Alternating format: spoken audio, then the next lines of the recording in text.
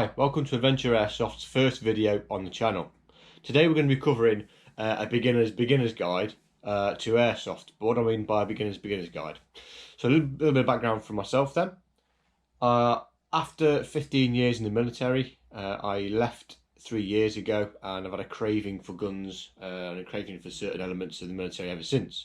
So I decided to take part into something that I did about 10 years ago, Airsoft. And although I didn't do it that regularly, maybe 3 or 4 times a year, I enjoyed it. You know, I used it as training with people from work. But now I want to get back into something a little bit more active. So here we are.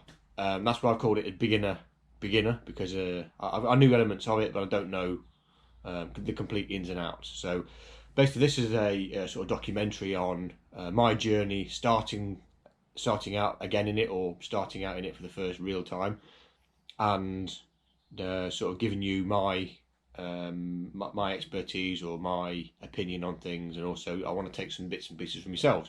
So let's start from the beginning. We're going to run through all of our headgear, all of PPE and the kit I've got ready. So during this quarantine period that everyone's stuck in, I've used this as the best time to set up my equipment. Although a lot of it I've got from the military, or I brought bits and pieces back from me from my time served. There was a lot of things I've had to sort of purchase along the way, so we'll cover those as we go along. So first thing then is headgear. As you can see in front of me, I've got 2 sets of headgear. The first one on the right hand side, as you can see here, is an old jungle hat I've used to use. All I've done with that is put a GoPro mount on it. I'm going to spray that so it's camouflaged. All it is basically a GoPro mount with a plastic cover on the back, plastic plate screwed on. I'm going to put a bit of a counterweight on the back of that, and that should be for you know, sort of different theatres, as it were. Clearly, BB guard. This is one of the really substantial ones that covers obviously the side of your face, excuse me, nose, mouth area, and then also ears. Quite important. I remember that from last time I did it. It was fairly painful on your ears. The next one then is a helmet. So the reason why I've gone with a sort of lid is pretty much using helmets all throughout a career, on vehicles, off vehicles, doing whatever training, you always wear a helmet. So I like a helmet in the fact that if you knock your head on things, or getting in and out of buildings, vehicles, as I said, going through woodland, scrubs and things, it really does help. So all that is basically just to cushion some of the knocks and things. Whether I continue to use it or I go to that, I don't know. So I'll give myself the option there. This is a new Prol helmet. Came with a new Prol guard as well. All I've done is trimmed it and cut it, so it's a quick release system. So after each game or whatever, I can quick release it. The clip came with the helmet. It's £40 for both bought them together, so you can find them fairly cheap. I put a GoPro mount on the front again. That's on a quick release, so I can use whatever I want on there. So I'm going to spray that up. The helmet is going to be spray painted camo, slightly different to this, so it's blending a little bit easier. The unit I was in was the Queen's Royal Lancers, and then we we amalgamated into the Royal Lancers. So I've got my TRF there, my tactical recognition flash, as a nod back to where my roots are. So yeah, apart from that, that's the headgear. Let's move on to chest rig. So rather than webbing, I've gone with a plate carrier sort of assembly, mainly because of the last sort of 10 years in the military, everything moved from webbing more towards plate carriers with Osprey body armour and things. So I've kept that theme running through because I quite like that rather than having webbing. It hasn't got the plates in, so it's nice and soft. This is a 8 fields plate carrier, I think it's about £40 delivered from Taiwan Gun. It comes with all the pouches on the front here. So as you can see, you've got a larger pouch here where you can fit 2 mags in, but I think it's a radio pouch generally. It's all mollied. Quality is really quite good, double stitching in most places. 3 mags on the front. Again, you know, so I've got 3 mags in there. I've got another one in there, so I can use that for. I've actually got 2 in there, but one will be on the weapon. The mag holsters there are off the leg drop holster that I'll show you in a second. And the reason why I put them there is because when you're drawing your pistol and using your pistol, if you come to reload, having your mags on the same holster, you've got to go across your body for that. So the quickest way of doing that is having them on the left hand side. So your left hand, I'm right handed, so then my left hand can grab the magazine, and I tend to have an open one so I can put the empty one in and grab the fresh one out straight away. So, and they're solid holsters, and that's, although it looks like it's not all the way in, it's all the way in, but it's quite, he says, quite stiff. It's got a nice captive system on it, so that's quite nice. I've got nothing else on the back. I'm just going to roll with that and see how it goes. If I need a bit more, then I'll put a bit more on it. If I don't need a bit more, then keep it nice and light. Keep it light on your feet, okay? Oh, the thing I did mention there, it came with a hit marker, so that's quite nice. Clothing wise then, I've not got any. I used to have some Cry stuff, but I got rid of that when I left. I think I'd never use this again. So I've just got MTP trousers and shirts, my old TRF on there, Tom Met Brigade on there. So yeah, just a set of working dress really. My last ever set in the military, kept it. So you can get these from good surplus stores. Normally they are about £15–20 for a set of trousers, and just £10 for a shirt, give or take what shirt you have. That's a warm weather shirt, quite thin, but yeah, it's readily available. Next thing we're on to, let's go on to some firepower then.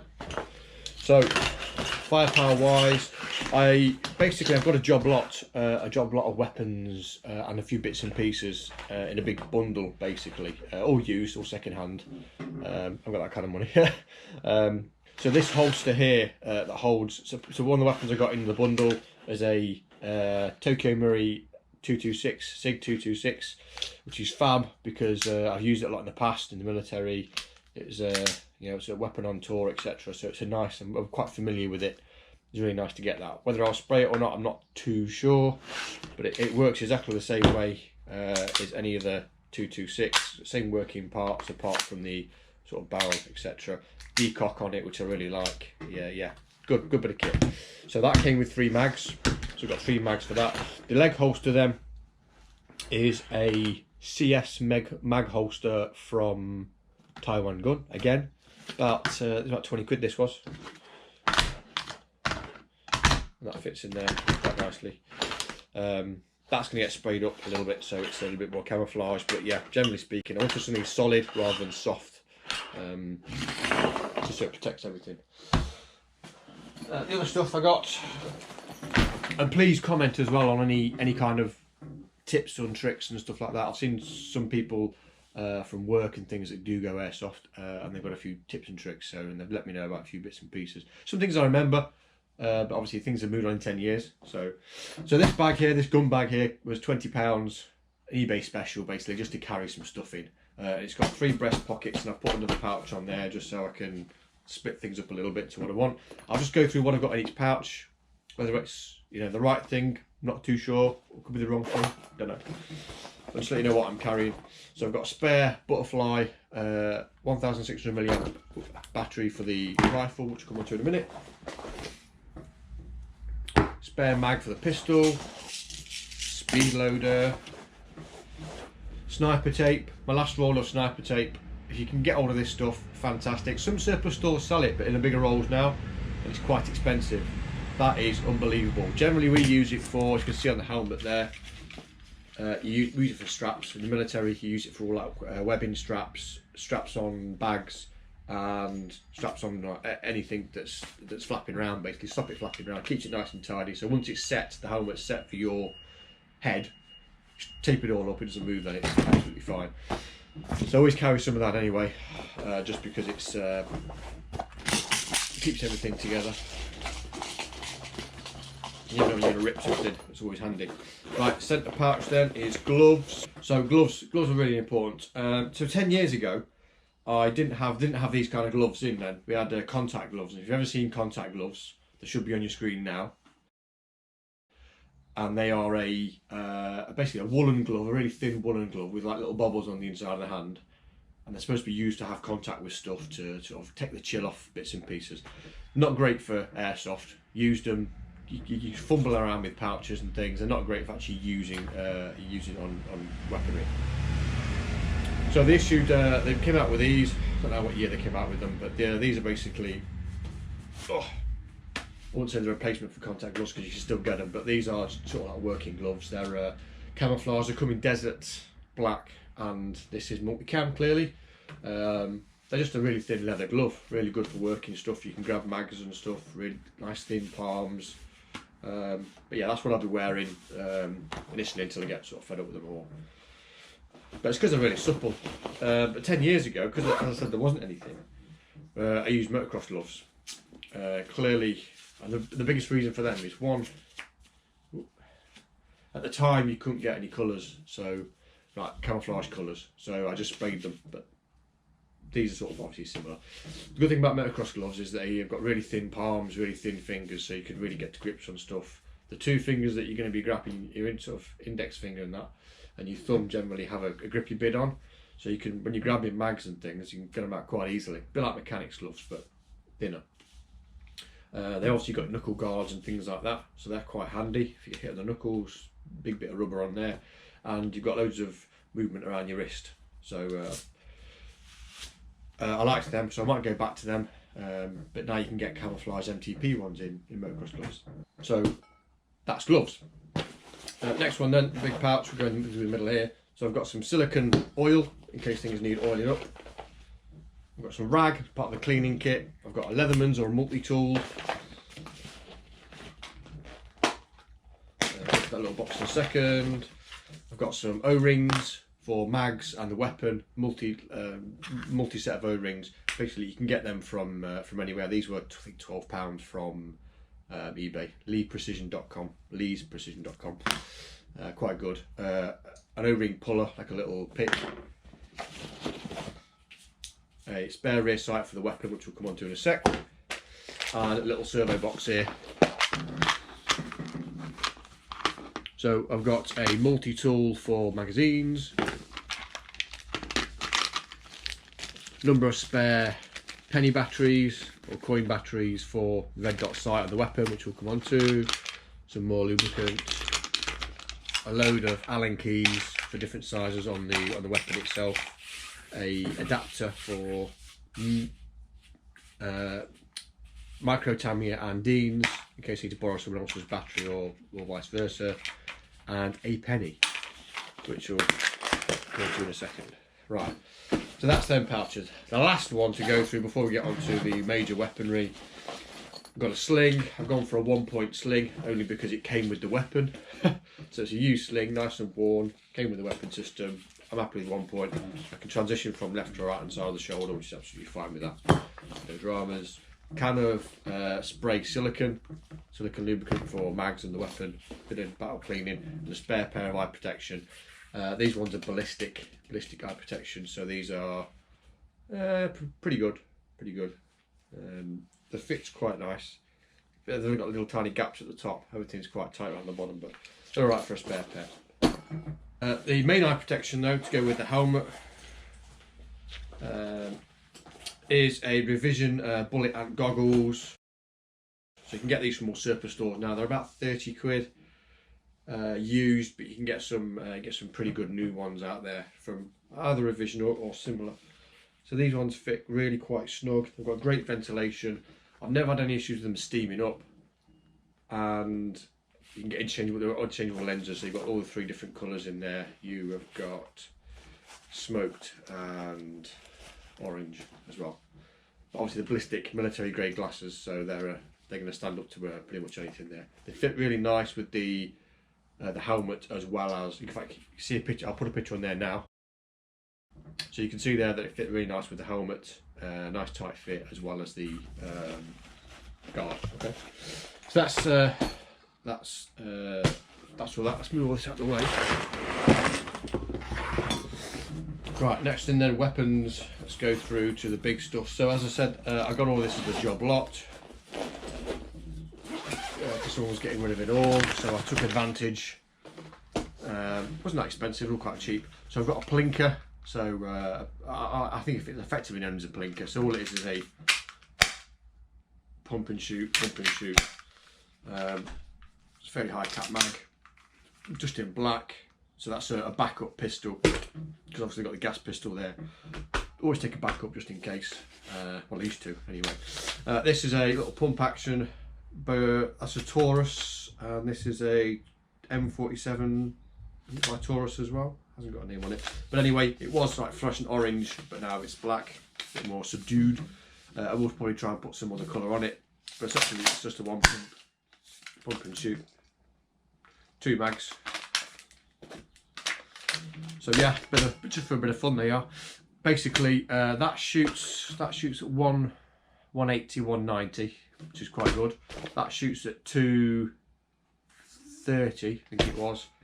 The SIG shoots just over 200.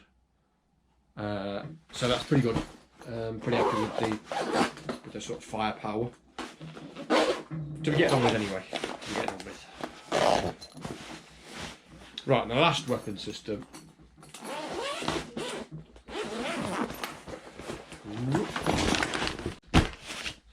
Okay, the last one then is a G&G. So this all came with the in the pack itself. This is a G&G G4 G26. Bit of a mouthful. Essentially based on the M4 design. This is quite an old weapon system now. It's about 5 years old, this one. So it's had a bit of use. So just to get me in and going, this is obviously this is a fairly decent jobby. M4 mags, hop up, red dot sight as I mentioned before. The pennies for the red dot sight cover, just to make it easier to open and close. There's probably plenty of reviews that you've seen online on these. As I said, quite an old weapon system. It's about £200 new. This about 100 quid's worth of a weapon system. Not made any modifications to it apart from a Picatinny rail on the bottom there and my own design of foregrip. So if you stay tuned to the channel, I've got loads of videos coming up around foregrips. So I've designed quite a few foregrips. Got a couple here actually. So that one I call the Arrow. You get nice big hand around it. A bit small enough not to get hooked up on stuff. You transition to left and right around the weapon system. Quite nice, really grippy. I've got the same design, but it's called the Ball. That's quite nice if some people just like 2 fingers on there. So if you imagine 2 fingers just around the ball there, you know, it keeps you locked on. Also, you can use that to brace against something. Although you're not actually, you know, you've got no recoil in it. It just makes things a bit easier. It's quite a nice handle. So we've designed those, and we'll have some more other videos on them in the future. But basically, that's the weapon system. That shoots at 220 with 0.2 BBs, which takes it down to 320 with 0.2 BBs, and about 200 with 0.25s. I've ordered a big batch of 2.5s, which is obviously reducing that quite significantly. So that's the gear I'm going to be running with to start off with. I'm going to post quite a few videos of me getting going again and sort of developments with that. I'm going to put a video on the spraying the weapon, so why I spray the weapon, why I have, and where I'm going to go with that. So that'd be quite nice. Any questions or comments, please fire through to myself. So that's it then, all the kit and equipment. As and when I go through my beginner's journey through Airsoft, I'm going to be posting videos on how to spray weapons, why I spray the weapons that I do, what kit I change, what kit I go with, what kit I've had for different areas, with a bit of experience from the sort of military aspect, but also so you can see it from a beginner going through the motions, not as someone that's really experienced Airsofter and to go back and do a beginner video, which I think is a bit odd. So this is a fairly cheap setup. If you're interested in RC cars, we've got Adventure RC, which is another channel we've got there. So me and my son take these things out all over the place, up in Mount Snowdon and different places like that. So if you're interested in RC, please check us out. The link is in the description at the bottom. If you like what you see, give us a thumbs up. Click the bell icon for notifications on new content. And please subscribe. I hope that you have a nice, safe quarantine period. And hope to see you on the other side. Take care.